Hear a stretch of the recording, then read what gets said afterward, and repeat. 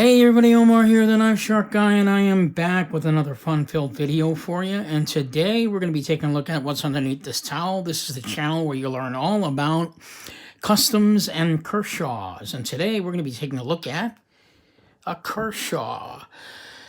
So what knife are we going to be taking a look at today? We will see the Kershaw Tumbler.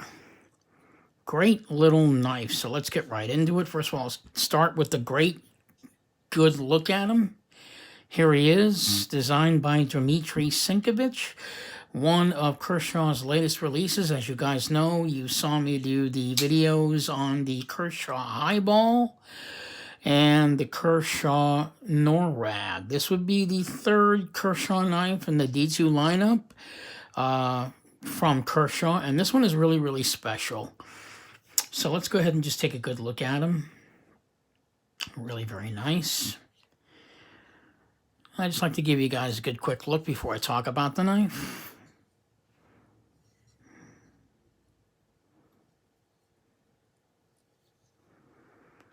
And now we're going to go ahead and get into the specs. So let's put him down for a minute. So the overall length of this knife is 7.5 inches. I'm getting all the specs from Blade HQ website. And the blade length is 3.25. And here's the weird part. The cutting length is 3.5. So the blade length is 3.25, and yes, the cutting edge, which is from here to here, is actually 3.5 with a big gigantic belly on that guy. The blade material is D2, a really good steel. Unfortunately, it is not stainless steel, so you got to make sure you wipe it down every time you use it. And the blade style is drop point. It's a drop point blade, so that's what this is. The finish on the blade, as you guys can see, is stonewash, so it's got like satin flats on the top, and then the rest of the knife is all stonewash, which is really kind of nice because it hides the scratches.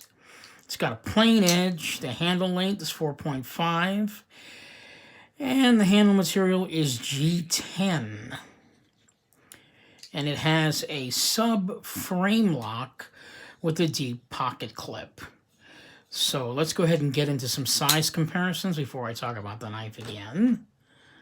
Let's go ahead and put them up against the one of my favorites, and one of Kershaw's also newer renditions of it. This is the Kershaw Knockout. And how about we put him up against the ZT 0562.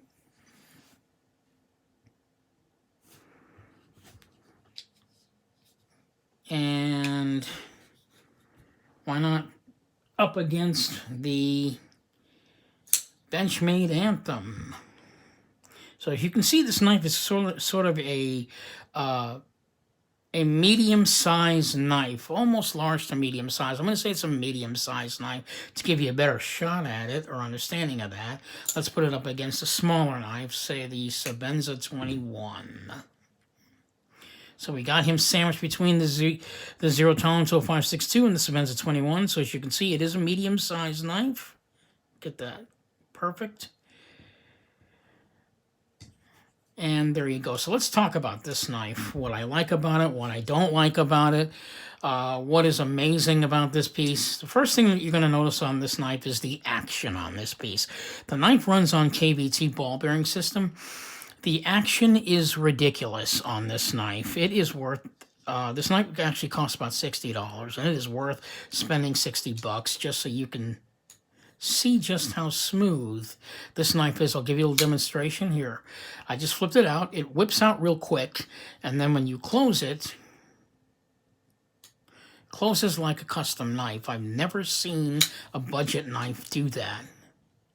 And this is not even on ceramic bearings. or IKBS. This is straight KVT, guys, and it is that smooth. Another thing about the knife that I love a lot is how light it is. This knife is as light as a feather.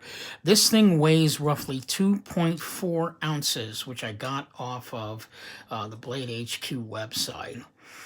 The entire knife is made from G10. I believe there's sort of like a carbon fiber inlay in there somewhere, but you really can't tell because it looks like the entire thing is made of G10. I believe it does have some carbon fiber. I'll have to check on that.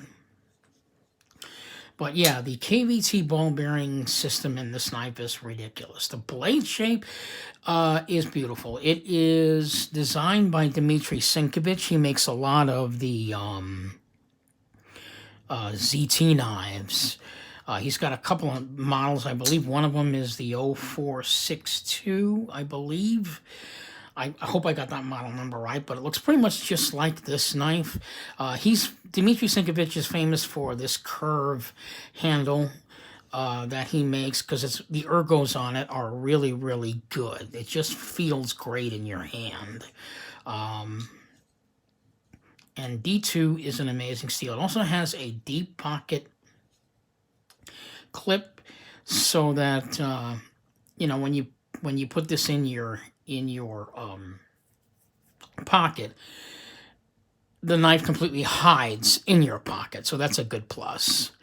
The knife is not a liner lock, it's what's called a subframe lock. So basically what they've done is they've cut out a section out of the G10, and if you take a good close look at the knife, I'll try and hold up the camera, you'll see there are these 3 screws hidden underneath the pocket clip there. That's where the subframe lock is inserted in. That's basically where they screwed in the subframe lock. It's a really good idea because a lot of the times, supposedly, with frame locks, if you do a full frame lock, usually there's like an over travel stop on the knife, like there is here on the ZT0562. They've got like that's where the entire knife is cut almost all the way down to the end, and then they put what's called an over travel stop to prevent the knife from traveling in that direction. But with the subframe lock, you don't really necessarily need that because all of the force that causes this over travel stop to be there, all the force is actually inside the liner pushing out that way. So there's actually resistance with the subframe lock being screwed into the G10. So there's no reason to have an over travel stop in that case. One of the things about this knife that I'm probably not that crazy about is the pivot on it. It's obviously it's made of plastic. I think it's made of plastic. Could be aluminum, but the way it looks is plastic. It looks just, I don't know, just looks kind of cheap to me. But when you're getting a budget knife, that's where the compromise comes in. They're going to give, in budget knives, they're going to give you something, and in this case, they're giving you the KVT ball bearing system, which makes me believe it's not a cheap system to put on any knife, even if it's a budget knife. So, supposedly all the cost, I'm assuming, went into the KVT ball bearing system, and then they kind of compromised everywhere else. Probably the pivot is one of the things that they've done, because on these, they probably would have done a better design if it didn't have a KVT system, ball bearing system on it. The knife is beautifully centered.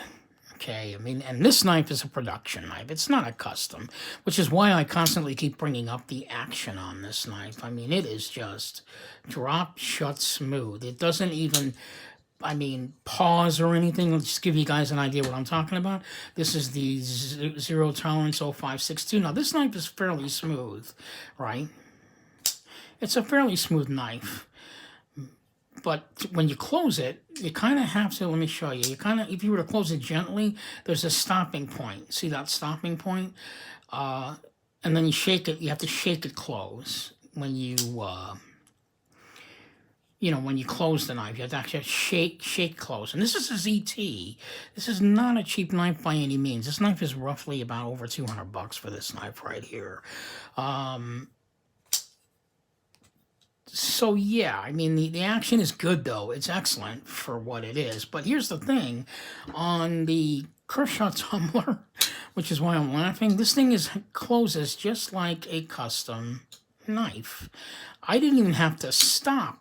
There's no stopping. Basically, it just closes by the weight of the blade. Now, it could be that because the knife is so light, that the blade actually is the perfect weight for the support of the handle, and the fact that it's a KVT ball bearing system, that it allows the knife to close in that fashion. That could be it. I don't know. All I know is when I'm sitting down watching TV, I just love to sit here and flip this thing all day long. The size of the knife is absolutely perfect. It's just a perfect knife, perfect size, carry. A lot of the times people are not into really gigantic size knives. Me being a knife person, I like all kinds of knives, but yeah, I have to agree with you. On a normal basis, I probably would rather carry something of this size, because it's just small enough that it wouldn't like scare anybody. And at the same time, it's large enough for a decent sized job, which I think is really kind of important. Aesthetically, the blade or the knife is actually very, very aesthetically pleasing. The way it has a curve over here and then it's got another curve over here. I like the way that looks. Just the way when I'm seeing it with my eyes, it's just really, really very nice. I thought the black G10 was a great choice on this piece.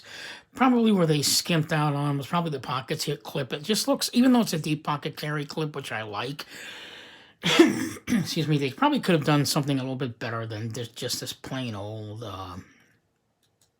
pocket clip. Because I've seen other budget knives with a better looking deep pocket clip, deep carry pocket clip than this one. So that's, that's probably just a negative. Another positive is I'm glad that they put the pocket clip hiding those 3 screws over there, because that would interrupt your eye. It wouldn't look really good to see 3 screws popping out. If you could get a good look at that, see 3 screws popping out of the G10 on this knife. It just doesn't look really well. What's really odd about it too is that supposedly this pocket clip could be reversed over to the other side. So if you're a left-handed person, you can actually take the pocket clip, unscrew it, and then flip it over around to this side of the blade, exposing now those 3 screws, which I think is a bad idea. They probably could have thought of something else other than just hiding it with the pocket clip. I've heard someone say that they actually tried to take off this pocket clip and they almost ruined their own screwdriver, so I didn't even bother to attempt it. But apparently, yeah, it's probably a hard, probably has a really hard tension on that to get that switched over to the other side. Other than that, this is probably so far the best budget knife Kershaw has to offer so far in early 2020, in my opinion. I can't really say that for sure because I haven't seen the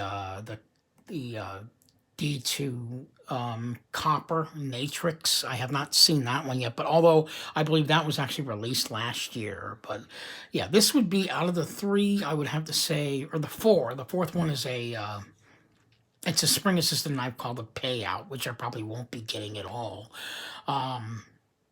This is probably the best knife that Kershaw has to offer as far as action, as far as aesthetic looks, as far as steel being D2. This is probably the best of them, of all 3.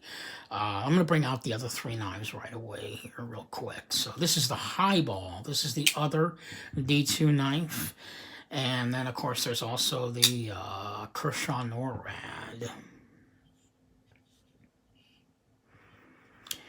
So these are the 3 that are presented by Kershaw. Now, out of the 3, I would have to say this is the best one.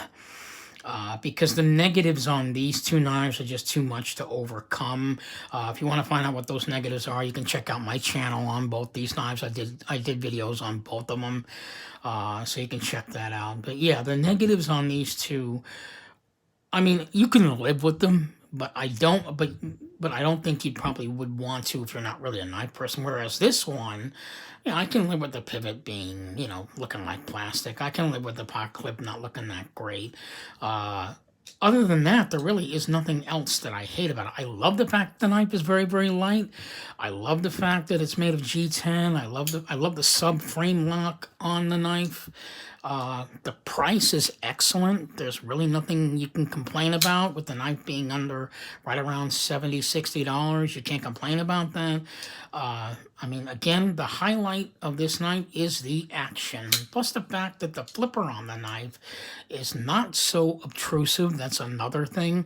You put this in your pocket. Everybody knows the flippers can be kind of cumbersome sometimes and probably hurt your hand. For example, with the 0562, you put this into your pocket. It's also got a deep pocket clip, by the way, but you put this in your pocket and you go down to reach for your keys, and there is this pocket pecker over here. Whereas with the Kershaw Tumbler, you're not going to have that much of a problem, because the handle is actually curved.